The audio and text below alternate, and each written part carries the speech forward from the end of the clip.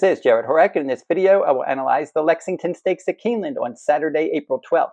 This is a Kentucky Derby 2025 points race, and through 36 races on my Road to the Derby video series, my top choices have 10 wins, 7 runner-up finishes, and 3 show finishes.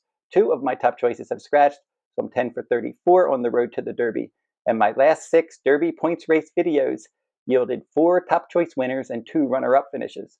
My 4 top choice winners were in the Arkansas Derby, Wood Memorial, Santa Anita Derby, and Bluegrass Stakes, and my 2 runner-up finishes were in the Florida Derby and the UAE Derby. And I wrapped up my Kentucky Oaks video series with the Ashland Stakes at Keeneland on Monday, April 7th, and for that series I went 15 for 30 with my top choices, 4 runner-up finishes, and 5 show finishes. That was a nice 50% strike rate on the Road to the Oaks this year. And this is the final Derby points race this year. And I hope that you enjoyed my annual Derby and Oaks video series once again. And I'm going to have much more Derby coverage on my channel in the coming days and weeks. And I also will be offering a Kentucky Oaks Day full card at Churchill Downs on May 2nd, along with my annual Triple Crown Series full cards for Derby Day. And Derby Day is May 3rd at Churchill, Preakness Day May 17th at Pimlico, Belmont Stakes Day at Saratoga on Saturday, June 7th. So I started adding the Triple Crown Series products to my shop page at therunawayhorse.com, and you can pre-purchase those cards now if you're interested. And Santa Anita Park is on a live racing break until April 18th, so I'm offering some full cards from Keeneland this Saturday and Sunday, April 12th and 13th, and that includes Lexington Stakes Day 11 race program on Saturday, April 12th. So you can go to therunawayhorse.com on my shop page to pre-purchase those cards now, and I will email them out when the analysis is complete later in the week. And I send out my full cards 1 to 2 days before race day. I also had full cards from Ashland Stakes Day earlier this week. And then also I did Bluegrass Stakes Day. And I had a good day, Bluegrass Stakes Day. Lots of full card highlights that day. And hopefully I can have some more success at Keeneland this weekend. So go to therunawayhorse.com on my shop page if you're interested in my full card products. And the early weather forecast for April 12th at Keeneland calls for mostly cloudy skies with a high temperature of 54. And now we'll meet the field for the 2025 Lexington Stakes. And I will give out my contenders from last to first. This race will be run Saturday, April 12th, and it will be the 9th race at Keeneland, Grade 3, $400,000 Lexington Stakes, 3-year-olds, a mile and a 16th on the main track, scheduled post time 5:16 p.m. Eastern Time, 20 Kentucky Derby points to the winner here. But that's not going to be enough to get the winner into the field. This is probably more of a Preakness prep than it is a Kentucky Derby prep. But here's the field. Number 1, Hard as Life. And this horse is 30 to 1 morning line from that inside post. This one's a closer, so look for this one to try to get involved from off the pace. Switching surfaces, Gun Runner is the sire here. Number 2, Bracket Buster. First start since the Street Scent Stakes last October for trainer Vicky Oliver. And Manny Franco's going to ride 20 to 1 morning line. Number 3, Bullard for trainer Michael McCarthy coming in from California. Umberto Rispoli will ride this one 9 to 2 morning line. This is the same connections as Kentucky Derby favorite Journalism. Number 4 in here is Rolando, and this one is 6 to 1 morning line, and he'll probably impact the pace in here under John Velasquez if he does run. He just ran on April 7th at Keeneland. Number 5, Native Runner for Kenny McPeak. This one with Jose Ortiz aboard, and 15 to 1 morning line. Back-to-back victories at the fairgrounds, around 2 turns on dirt for this one. Gosger is next for trainer Brendan Walsh. Irad Ortiz Jr. will ride 7 to 2 morning line, and he ran well in both maiden special weight starts around 1 turn. Number 7, Praetor for trainer Chad Brown, and Flavian Pratt is going to ride this one. And Pratt rode this one to a maiden victory in September, and then this one also won last time out at Gulfstream by 7 lengths. Number 8 is Hypnus for trainer Kenny McPeak. This is the son of Into Mischief. He won his career debut, and then he failed to hit the board in his last 2 graded stake starts. Number 9 is Touchy, another one that could end up scratching in here because he just ran on April 7th in the Lafayette Stakes. And that day he did finish 3rd in that race. So he would be stretching out in distance if he does run in this spot. And now we're going to go last to first in the Lexington Stakes. And we'll talk about the 2 horses that just ran earlier in the week. And that was a horse that I'll pick to finish 9th in here. Not really 9th because I don't know if he's going to run or not, but we'll talk about him first, and that's Rolando, number 4. And this one, if he does run here, he's a sprinter. He's going to try to stretch his speed around 2 turns. But he just ran 5 days ago in the Lafayette Stakes, and he pressed the pace that day, and he was 4th in a 5-horse field, beaten 11 lengths. So I doubt that they're going to wheel him right back 5 days later in this 2-turn event, but we'll have to see. And the same goes for number 9, Touchy, because he ran in that Lafayette Stakes, and he finished 3rd. And this one did finish 2nd or 3rd in 4 of his 5 stakes starts. So he does like to hit the board, and he did stretch out, and he returned to 3rd, and he was 3rd in a Kentucky Derby points race in the Sunland Derby earlier this year. He was beaten 9 lengths. And then last time he did turn back in that Lafayette Stakes, and he finished 3rd that day.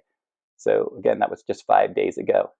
So now we'll get to the horses that I think will compete in this race. And the horse that I picked to finish 7th is number 5, Native Runner. And this one's 15-1 morning line. And he did rally from off the pace to break his maiden by a nose in an off-the-turf route at Fairgrounds on February 20th. That was a maiden optional claiming $50,000 event. And then he won again last time in an optional claiming race. He stuck the pace, he scored. That was at Fairgrounds on March 18th. And he did have a half-mile bullet for this race in the mud at Churchill Downs on April 7th. We'll have to see where he fits class-wise. He's stepping up in class here. The horse that I picked to finish 6th, number 1, Hard as Life. And this one is 30-1 morning line. And his overall record is 1 for 6. And this is going to be his first start on conventional dirt. Now, he did break his maiden in a turf route last November. And then he rallied to finish 2nd in an all-weather route in December. And then he was in the Leonidas Stakes last time out at Turfway. He was 6th in an 8-horse field. So he's one that he does have a decent main track pedigree, and he'll try to get involved from off the pace. The horse that I picked to finish 5th is the 3, Bullard. And this one's 9-2 morning line, and he does have some talent, just not sure how far he wants to go or if he's ready for this race yet. Because this one, he did get pace help, and he went last to first in his career debut. And then he went in the Grade 3 Bob Hope Stakes 2nd time out, and he went last to first there. Once again getting pace help. So he had the race flow in his favor in his first 2 sprint starts. And then the race flow was not in his favor when he finished a flat 3rd behind Barnes in the Grade 2 San Vicente Stakes on January 4th. So then this one, they wanted to stretch him out and put him on the Derby Trail. They entered him in the Rebel Stakes, but he scratched out of that race. That race was in February, and he missed some time on the work tab, and then he got back on the work tab on March 16th. And he's had 4 solid works since he got back on the work tab for this race. They paid $675,000 for this gun runner colt. I'm just not sure if he's more than a late running sprinter. And my first thought after I saw him run in his first 2 races that maybe he was going to be best as a late running sprinter. But obviously as a 3-year-old, they want to give him a chance to see if he can route. And they wanted to put him on the Derby Trail and possibly get him in the Derby. But because he had to scratch out of the Rebel Stakes, he lost his chance to run in the Derby. So they're going to see still if he is a 2-turn horse. If he runs well here, maybe they shoot for the Preakness. We'll have to see how all that goes. But we know he's a talented late running sprinter, and he is a Grade 3 winner. The horse that I picked to finish 4th is the 2, Bracket Buster. This one's 20-1 morning line, and he stretched out after 2 sprint races, and he broke his maiden at Keeneland at a mile and a 16th when he was a 33-1 long shot last fall. The show finisher from that race was a next out winner. And this horse was 18-1 in his last race in the Grade 3 Street Scent Stakes, and he was 5th of 9 that day. Sovereignty won that race. He's a Kentucky Derby contender. He won the Fountain of Youth Stakes earlier this year, and Bracket Buster was beaten 9 lengths that day. Tistastic was in that race. He won the Louisiana Derby, and also Sandman was in that race. He finished 3rd, and for Sandman, he won the Arkansas Derby. So he faced some good horses when he was last seen, but he might need this race. The horse that I picked to finish 3rd is the 8, Hypnus. This one's 6-1 morning line, and he did look good in his career debut. He rallied from off the pace. He broke his maiden by 2.5 lengths at Fairgrounds. He was a 16-1 long shot. That was in the slop on January 18th. He had Lasix that day, and he also ran faster than the Grade 3 Lecomte Stakes horses, that Kentucky Derby prep race. So he ran faster than those horses, and then he went off Lasix, and he was 7th in a 13-horse field in the Grade 2 Rebel. He was beaten 7 lengths that day. And then he was 7th in a 10-horse field in the Grade 2 Louisiana Derby, beaten 8.5 lengths. I think this is an easier spot. He does add blinkers. He has a half-mile bullet workout for this in the mud at Churchill Downs on April 7th, and I wouldn't be surprised if he was competitive in this spot. The horse that I picked to finish 2nd is the 7, and he's your morning line favorite, and that's Praetor. And this one's 2-1 morning line, and he did rally and just missed by a nose in his dirt sprint debut. That was in the mud at Saratoga last summer. And then he set the pace, and he defeated Sovereignty, second time out, that was a 1-turn mile. The Sovereignty, the longer the better for him. And then Sovereignty would come out of that race and win the Grade 3 Street Scent Stakes. The Praetor beat a good horse at Aqueduct last September, and then he added Lasix, and he was a big favorite in his 1 mile return at Gulfstream Park on March 9th. So he was coming off of a layoff there. He pressed the pace, and he won by more than 7 lengths. So he is reconnecting with his winning maiden pilot, Flavien Prat. He should be right up on the pace in here, and he did have a half-mile bullet for this on March 23rd. My top choice is the 6, Gosger, 7-2 morning line, and this one was 5-2 in his dirt sprint debut, and he rallied to finish a clear second that day. And then he added Lasix, he battled on the pace, and he broke his maiden by 1.5 lengths in a 1-turn mile at Gulfstream Park on February 15th. The clear runner-up there did come back to disappoint, and that was Pitkin. He finished 4th in a 12-horse field. He was less than 2-1 odds. That was a Keeneland dirt route on April 8th. So Irad Ortiz Jr. is going to ride this one. He's going to try 2 turns for the first time for trainer Brendan Walsh. Brendan Walsh sending out live runners at Keeneland at the current meet. And I think that Gosger should be right up on the pace in here. He's got a lot of upside, and he's bred for this 2-turn distance. So number 6, Gosger, my top choice in the Lexington. Number 7, Praetor, my second choice. Number 8, Hypnus, my third choice. Rounding out my top 4, number 2, Bracket Buster.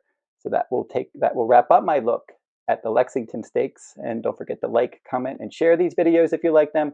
Subscribe to my channel as well. It's free to subscribe. And I post horse racing videos most days.